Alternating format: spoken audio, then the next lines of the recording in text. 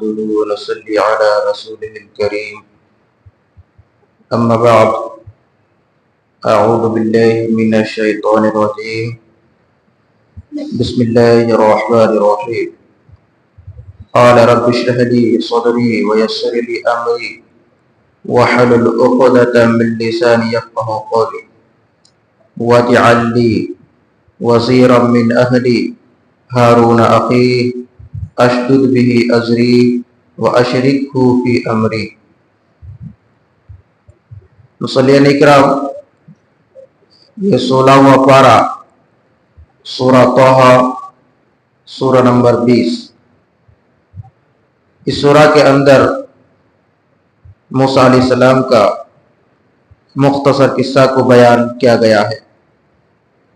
یعنی حضرت موسیٰ علیہ السلام کا تذکرہ، آگ حاصل کرنے کے لیے کوہ طور پر جانا، اپنے اہل و عیال کو چھوڑ کر کے پھر وہاں جا کر کے رب سے کلام ہونا، اللہ تبارک و تعالیٰ سے بات چیت ہونا، اس کے بعد پھر کچھ معجزات کا ملنا، جیسے ید بزا کے شکل میں اور عصا کے شکل میں. اسی طریقے سے وہاں سے لوٹ کر کے آنے کے بعد فرعون کے پاس جانے کا حکم ہوتا ہے. اللہ تبارک و تعالی حکم دیتا ہے کہ فرعون کے پاس جاؤ. موسیٰ علیہ السلام کی دعا، یہاں پر آ کر موسیٰ علیہ السلام فرعون کے پاس جانے سے پہلے اللہ تبارک و تعالی سے دعا کرتے ہیں. اللہ تبارک و تعالی سے دعا کرتے ہیں، قال رب اشرح لي صدري ويسر لي امري واحلل عقدة من لساني يفقهوا قولي. موسیٰ علیہ السلام نے کہا، اے میرے پروردگار، میرا سینہ میرے لیے کھول دے. حضرت موسیٰ علیہ السلام نے اللہ تبارک و تعالی سے دعا کی کہ اے پروردگار، میرے سینوں کو میرے لیے کھول دے، وَيَسِّرِ لِي أَمْرِي، اور میرے کام کو مجھ پر آسان کر دے، میرے کام کو مجھ پر آسان کر دے، وَحَلُلْ عُقْدَةً مِّن لِّسَانِي، اور میری زبان کی گراہ بھی کھول دے. حضرت موسیٰ علیہ السلام کے زبان پر تھوڑی سی لکنت تھی، بات پورا کلیئر نہیں ہو پاتا تھا، جس کی بنا پر انہوں نے اللہ تبارک و تعالیٰ سے دعا کی کہ اے میرے اللہ، اے میرے رب، میرے زبان کی گراہ جو ہے، جو بات تھوڑی سی صاف نہیں ہو رہی ہے، اللہ تو اس کو کھول دے.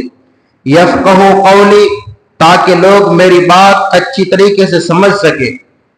اللہ تبارک و تعالیٰ سے دعا کی، وَاجْعَلْ لِي وَزِيرًا مِّنْ أَهْلِي، اور میرا وزیر میرے کنبے میں سے کر دے، میرا وزیر میرے کنبے، میرے اہلوں میں سے کر دے.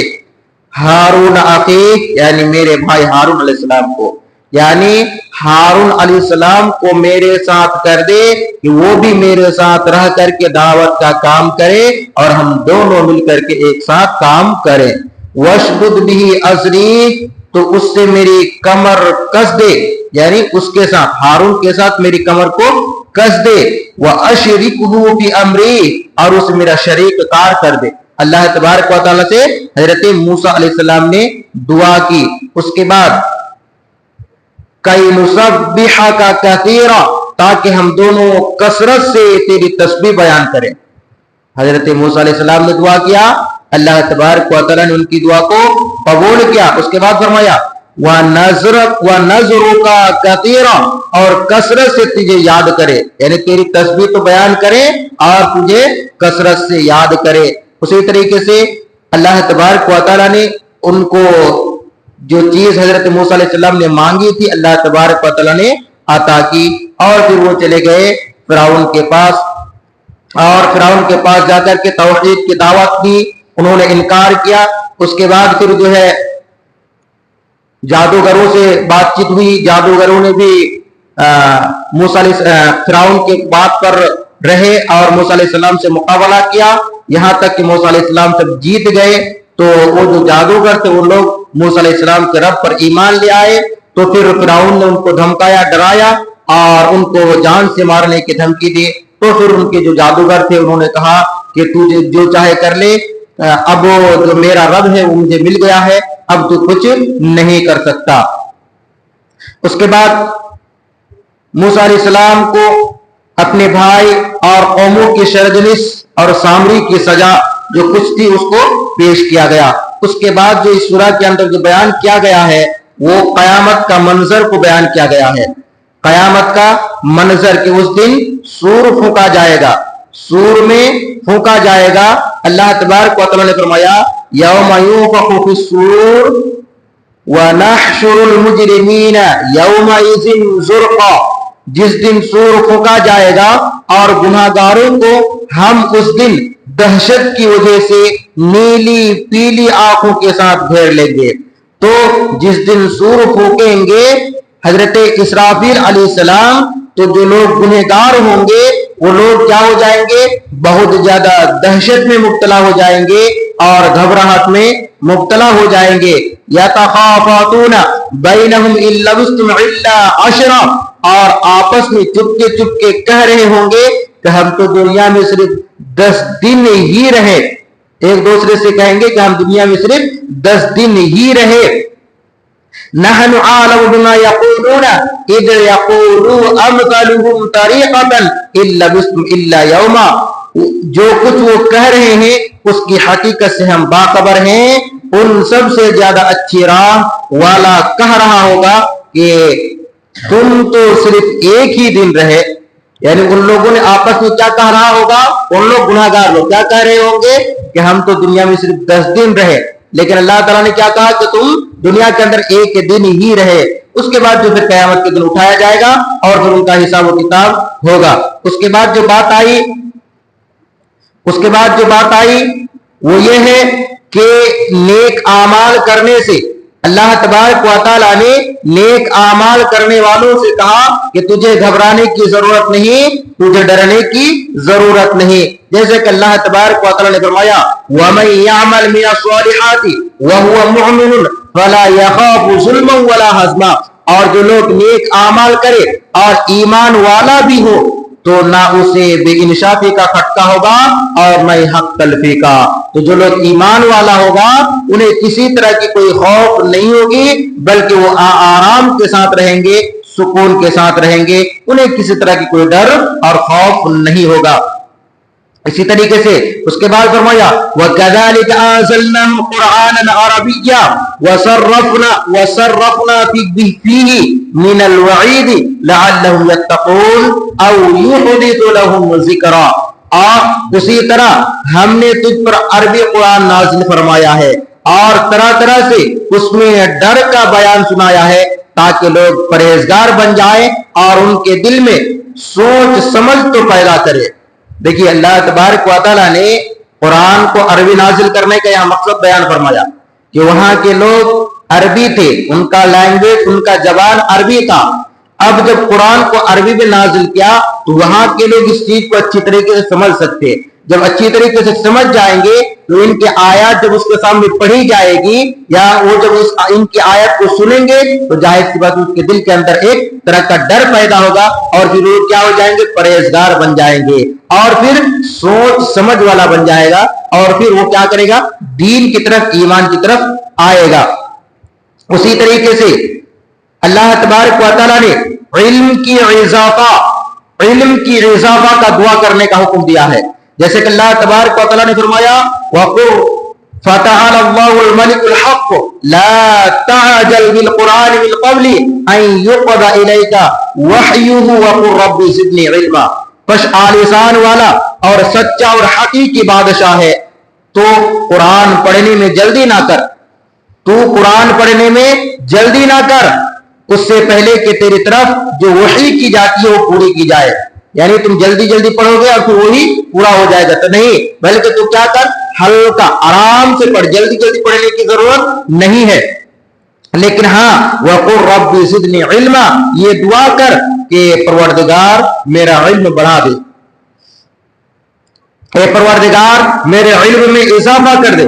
تو پتہ یہ چلا کہ جب بھی ہم دعا کریں تو اپنے علم کی اضافہ کے لیے ایک مرتبہ ضرور کہہ دیں ربی زدنی علما، ربی زدنی علما۔ اسی طریقے سے اس کے بعد ان لوگوں کا ذکر کیا گیا جو لوگ اللہ کے ذکر سے، اللہ کی عبادات سے، اسی طریقے سے اللہ کی عبادات سے دور ہوتے ہیں۔ اللہ تبارک و تعالیٰ نے انہیں دھمکی دی ہے اور ڈرایا ہے کہ ہم تجھے کیا کر دیں گے، تمہاری زندگی کو تنگی میں بدل دیں گے۔ اللہ تبارک و تعالیٰ نے فرمایا وَمَنْ أَعْرَضَ عَنْ ذِكْرِي فَإِنَّ لَهُ مَعِيشَةً ضَنْكًا وَنَحْشُرُهُ يَوْمَ الْقِيَامَةِ أَعْمَىٰ۔ ہاں میری یاد سے روگردانی کرے گا، جو میری یاد سے روگردانی کرے گا اس کی زندگی تنگی میں رہے گی۔ تو پتہ ہی چلا کہ اللہ کے ذکر سے دور ہونا، اللہ کی عبادات سے دور ہونا گویا کہ اپنی زندگی کو تنگی میں ڈال دینا، اپنی زندگی کو تنگی میں ڈال دینا، کیونکہ اللہ تبارک و تعالیٰ نے فرمایا جو میری یاد سے روگردانی کرے گا ان کی زندگی تنگی میں رہے گی۔ اور یہی نہیں بلکہ اس کے بعد فرمایا وَنَحْشُرُهُ يَوْمَ الْقِيَامَةِ أَعْمَىٰ، اور ہم اسے روز قیامت آمدہ کر کے اٹھائیں گے۔ دنیا میں زندگی تنگ اور آخرت میں آمدہ کر کے اٹھانا کتنی بدقسمتی اور کتنی بدبختی کی علامت ہے ان لوگوں کا جو لوگ اللہ کے ذکر سے دور ہوتے ہیں۔ وہیں تک بس نہیں کیا بلکہ آگے فرمایا قَالَ رَبِّ لِمَ حَشَرْتَنِي أَعْمَىٰ وَقَدْ كُنتُ بَصِيرًا، وہ کہے گا جسے کل قیامت کے دن آمدہ کر کے اٹھایا جائے گا، وہ کہے گا اے الہی مجھے تو نے آمدہ بنا کر کیوں اٹھایا، حالانکہ میں تو دیکھتا تھا دنیا کے اندر، جب میں تھا مجھے بینائی تھی، میں لوگوں کو دیکھتا تھا، دنیا کی رنگینیوں کو دیکھتا تھا، آج مجھے آمدہ بنا کر کے کیوں اٹھایا گیا؟ اب اللہ تبارک و تعالیٰ اس کو جواب دے رہا ہے قَالَ كَذَلِكَ آتَتْكَ آيَاتُنَا فَنَسِيتَهَا وَكَذَلِكَ الْيَوْمَ تُنسَىٰ۔ جواب ملے گا اسی طرح ہونا چاہیے تھا، اسی طرح تو ہونا ہی چاہیے تھا، کیوں کہ تو میری آیاتوں کو بھلا دیا تھا، میری آیاتوں کو تو بھلا دیا گیا تھا، تو آج تو بھی بھلا دیا جاتا ہے۔ تو اللہ تبارک و تعالیٰ اس دن اسے جواب دے گا کہ دنیا میں تو مجھے بھلا دیا تھا، میرے ذکر سے روگردانی کیا تھا، میرے ذکر سے دور بھاگا تھا، اس لیے آج تجھے بھی بھلا دیا گیا ہے۔ اس کے بعد فرمایا وَكَذَلِكَ نَجْزِي مَنْ أَشْرَكَ وَلَمْ يُؤْمِنْ بِآيَاتِ رَبِّهِ وَلَعَذَابُ الْآخِرَةِ أَشَدُّ وَأَبْقَىٰ۔ ہم ایسا ہی بدلہ ہر اس شخص کو دیا کرتے ہیں جو حد سے گزر جائے اور اپنے رب کی آیتوں پر ایمان لے آئے، اور بے شک آخرت کا عذاب نہایت ہی سخت اور باقی رہنے والا ہے۔ تو پتہ یہ چلا کہ اللہ کے ذکر سے دور بھاگنا، اپنی زندگی کو تنگی میں ڈال دینا، کل قیامت کے دن اللہ تبارک و تعالیٰ ایسے شخص کو آمدہ بنا کر کے اٹھائے گا، اور اللہ تبارک و تعالیٰ ایسے لوگوں کو جہنم کے اندر عذاب اور سزا دے گا۔ اسی طریقے سے صبر کی تلقین کا حکم ہو رہا ہے کہ صبر کرو، صبح و شام تسبیح کرو اور صبر کرو۔ صبر کرنے سے اللہ تعالیٰ کیا ہوتا ہے؟ راضی ہوتا ہے، جیسا کہ اللہ تبارک و تعالیٰ نے فرمایا فَاصْبِرْ عَلَىٰ مَا يَقُولُونَ وَسَبِّحْ بِحَمْدِ رَبِّكَ قَبْلَ طُلُوعِ الشَّمْسِ وَقَبْلَ غُرُوبِهَا وَمِنْ آنَاءِ اللَّيْلِ فَسَبِّحْ وَأَطْرَافَ النَّهَارِ لَعَلَّكَ تَرْضَىٰ۔ بس ان کی باتوں پر صبر کر اور اپنے پروردگار کی تسبیح اور تعریف بیان کرتا رہا۔ صبر بھی کرنا ہے، تسبیح اور تعریف بھی بیان کرنا ہے۔ کب؟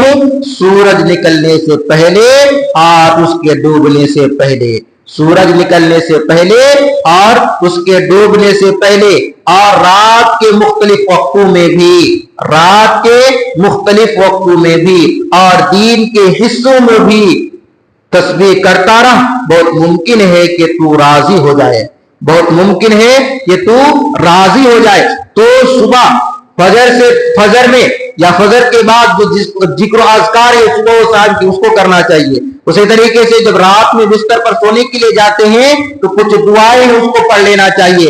اسی طریقے سے دن کے وقت میں بھی کچھ دعائیں ہیں جو اس کو پڑھ لینا چاہیے۔ اس سے کیا ہوگا؟ اللہ تعالیٰ اس سے راضی ہوگا، اور پھر دنیا میں اور آخرت میں بھلائی سے ہمکنار عطا کرے گا۔ اس کے بعد آخری بات کہ اللہ تبارک و تعالی نماز کا حکم دینے کا حکم دیتا ہے، یعنی نماز پڑھنے کا حکم دیتا ہے، اور صرف ایک آدمی کو نہیں بلکہ اپنے پورے کنبے والوں کو نماز پڑھنے کا حکم دیتا ہے، جیسا کہ اللہ تبارک و تعالی نے فرمایا وَأَمُرْ أَهْلَكَ بِالصَّلَاةِ وَاصْطَبِرْ عَلَيْهَا لَا نَسْأَلُكَ رِزْقًا نَحْنُ نَرْزُقُكَ وَالْعَاقِبَةُ لِلتَّقْوَىٰ۔ سبحان اللہ۔ اور اپنے گھر کے لوگوں پر نماز کی تاکید رکھ، اپنے گھر کے لوگوں پر نماز کی تاکید رکھ۔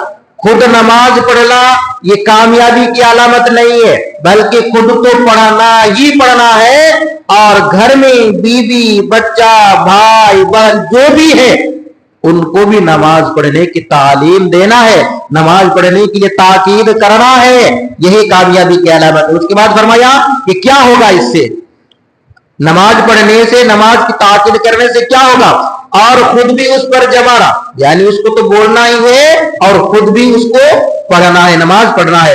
ہم تجھ سے روزی نہیں مانگتے، اللہ تبارک و تعالیٰ فرماتا ہے کہ ہم تجھ سے روزی نہیں مانگتے بلکہ ہم خود تجھے روزی دیتے ہیں۔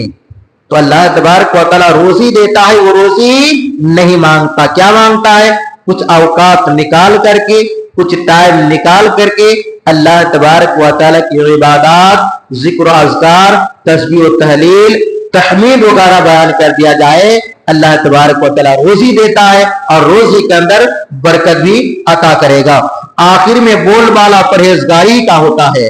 جو لوگ پرہیزگاری اختیار کرتے ہیں، تقوی اختیار کرتے ہیں، اللہ کا ڈر اپنے دل کے اندر بسائے رکھتے ہیں، اور اللہ تبارک و تعالیٰ کی عبادات کرتے ہیں، اللہ تبارک و تعالیٰ ایسے لوگوں کو کامیابی عطا کرے گا، اور ایسے لوگوں کا ہی بول بالا ہوتا ہے دنیا میں بھی اور آخرت میں بھی۔ اس لیے جو باتیں کہی گئی خاص کر کے ذکر کے بارے میں، عبادات کے بارے میں، نماز کے بارے میں، ان کا ہم تمام مسلمانوں کو خاص طور پر خیال رکھنی چاہیے۔ خاص طور پر نماز کا ہم تمام مسلمانوں کو خیال رکھنی چاہیے، اس لیے کہ یہ بہت بڑی عبادت ہے، عبادتوں کا سردار ہی مان لیجیے اس کو، کیونکہ عبادت کا یہ جڑ ہے، بنیادی چیز ہے، اور نماز ایک ایسی عبادت ہے جو ہر ایک کو پڑھنا چاہیے۔ اور کوئی بھی عبادت بلوغت کے بعد اس کے اوپر فرض ہوتی ہے، لیکن نماز ایک ایسی عبادت ہے جو 7 یا 10 سال کے اوپر جو اس کی تعلیم دینے کا حکم دیتا ہے کہ 7 سال جب ہو جائے بچوں کو نماز کی تعلیم دو، اور جب 10 سال کا ہو جائے اور نماز نہ پڑھے اس سے مارو۔ تو پتہ ہی چلا کہ بلوغت سے پہلے ہی نماز کا حکم ہوتا ہے، بلوغت سے پہلے ہی نماز کا حکم ہوتا ہے، اور جو عبادتیں ہیں بلوغت کے بعد ہوتا ہے۔ جیسے کہ روزہ کا مسئلہ لے لیجئے، اگر وہ بالغ ہو گیا اور جان بوجھ کر کے روزہ چھوڑتا ہے تب گناہگار ہوگا، لیکن بالغ ہونے سے پہلے اگر روزہ نہیں رکھتا ہے تو اس کو کوئی گناہ نہیں ہوگی، لیکن ہاں اگر روزہ رکھتا ہے تو اسے نیکی ضرور ملے گی، اور روزہ رکھنے کے عادی بن جائیں گے وہ، اور پھر بڑے ہو کر بھی روزہ رکھے گا۔ اس لیے بچوں کو بھی روزہ رکھنے کی عادت ڈلوانی چاہیے، اور نماز تو بچپن ہی سے پڑھنے کی عادت ڈالنی چاہیے۔ اللہ تبارک و تعالیٰ سے دعا گو، اللہ تبارک و تعالیٰ ہم تمام کو جو بھی باتیں کہی جا رہی ہے سننے سے زیادہ عمل کرنے کی توفیق عطا فرما۔ یا اللہ ہم تمام مسلمانوں کو قرآن و سنت کے مطابق زندگی گزارنے کی توفیق عطا فرما۔ یا اللہ زیادہ سے زیادہ ذکر و اذکار کرنے کی توفیق عطا فرما۔ یا اللہ نیکی کے کاموں میں بڑھ چڑھ کر کے حصہ لینے کی توفیق عطا فرما۔ یا اللہ گناہ کے کام سے، برے کاموں سے بچنے کی توفیق عطا فرما، شرک بدعات سے بچنے کی توفیق عطا فرما، قرآن و سنت کے مطابق چلنے کی توفیق عطا فرما۔ یا اللہ قبر کے عذاب سے بچا، جہنم کے عذاب سے بچا، جب تک دنیا کے اندر رکھ، ایمان بالخیر کے ساتھ رکھ، جب ہمارا خاتمہ ہو ایمان بالخیر کے ساتھ ہو۔ آمین۔ تقبل یا رب العالمین۔ السلام علیکم ورحمۃ اللہ وبرکاتہ۔